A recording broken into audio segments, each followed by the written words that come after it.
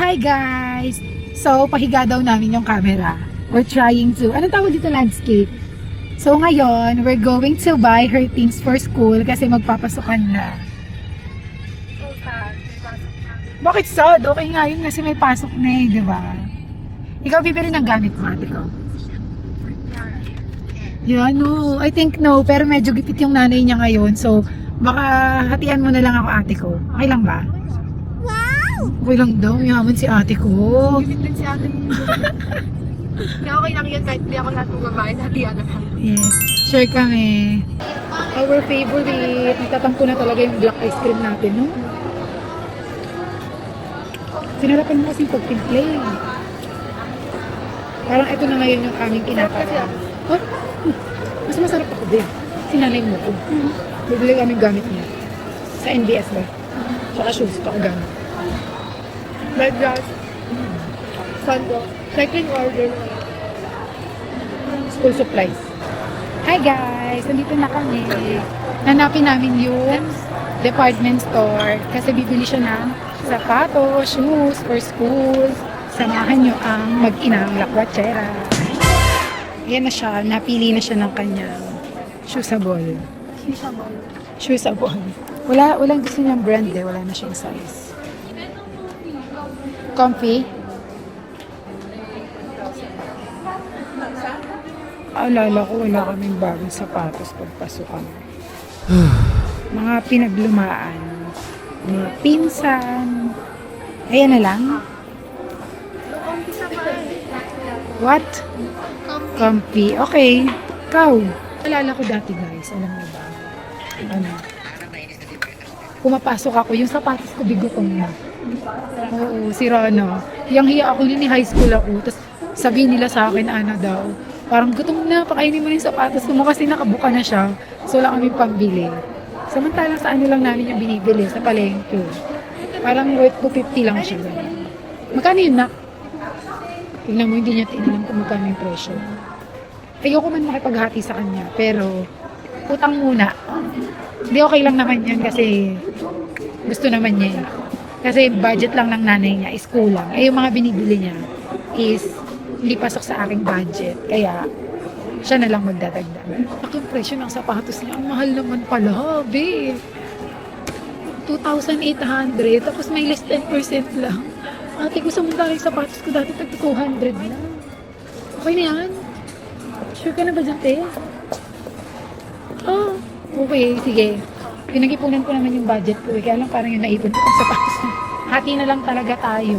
Kaya ang masasabi ko lang, ay naku, ang hirap magkaroon ng anak. Lalo na kapag wala akong pera. Ayan na, nandito na kami. Bumibili na kami ng mga kailangan niyang gamit.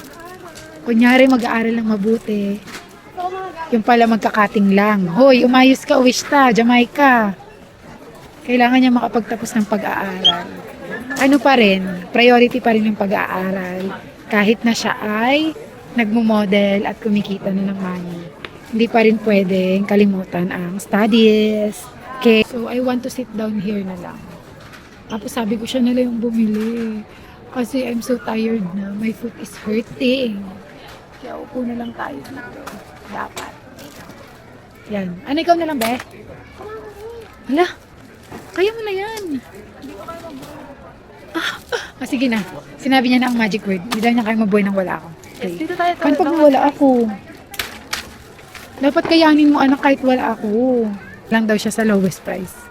Grabe, alam nyo ba guys, sa mga nagpaplano magkaroon ng anak, napakagastos. Alam niyo guys, kung ba't bumibili ako ng tape? Kasi pag sa mga, alam mo yung tago ni report, wala akong ambag yun eh. Yung ko tape na lang, kaya bibili ako. So ayan lang ang bag mo. O, so magiging, sa mga magiging kagrupo nito, alam nyo na. Huwag kayo mag- Kasi mga kaklase ko yung grade 9 ako.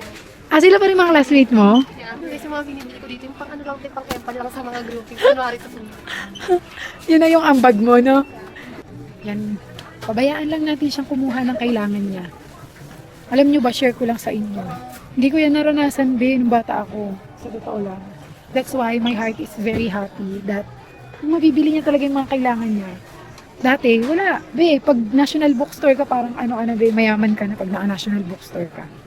Nung kabataan ko yun, Buti na lang at tayo kasi matagal pa, pinag-ipunan ko na talaga to. Pero mukhang hindi siya kakasya kasi mahal ang mga binibili niya eh. Ayun na yung mga pinamili ni ate ko. Pambida-bida lang yan. Ayan o, pang bida-bidang estudyante na hindi naman nag-aaral ng mabuti. Hindi mag-aaral yan ng mabuti. Kahit hindi yan masyadong matalino.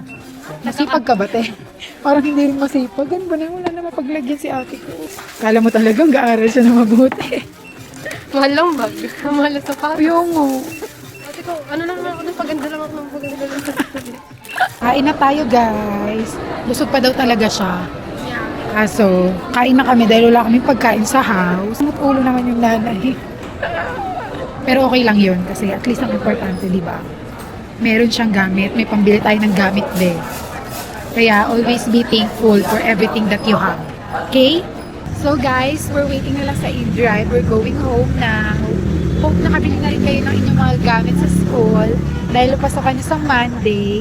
Are you excited to go to school? Dito lala ako. Baby, Natulala siya, be. Sa nagastos namin. Talaga ba? Basic yan sa'yo, te. hindi na ako nakabili pa ako ng jacket sa medyas. Kaya nga eh. Tsaka, yun nga. Thank you so much for na nakihati ka kay mami para sa mo. I'm so proud of you every day. Okay? Always remember that. You're doing great. You're doing good. And you're so pretty always. So hanggang dito na lang guys. Thank you so much for watching.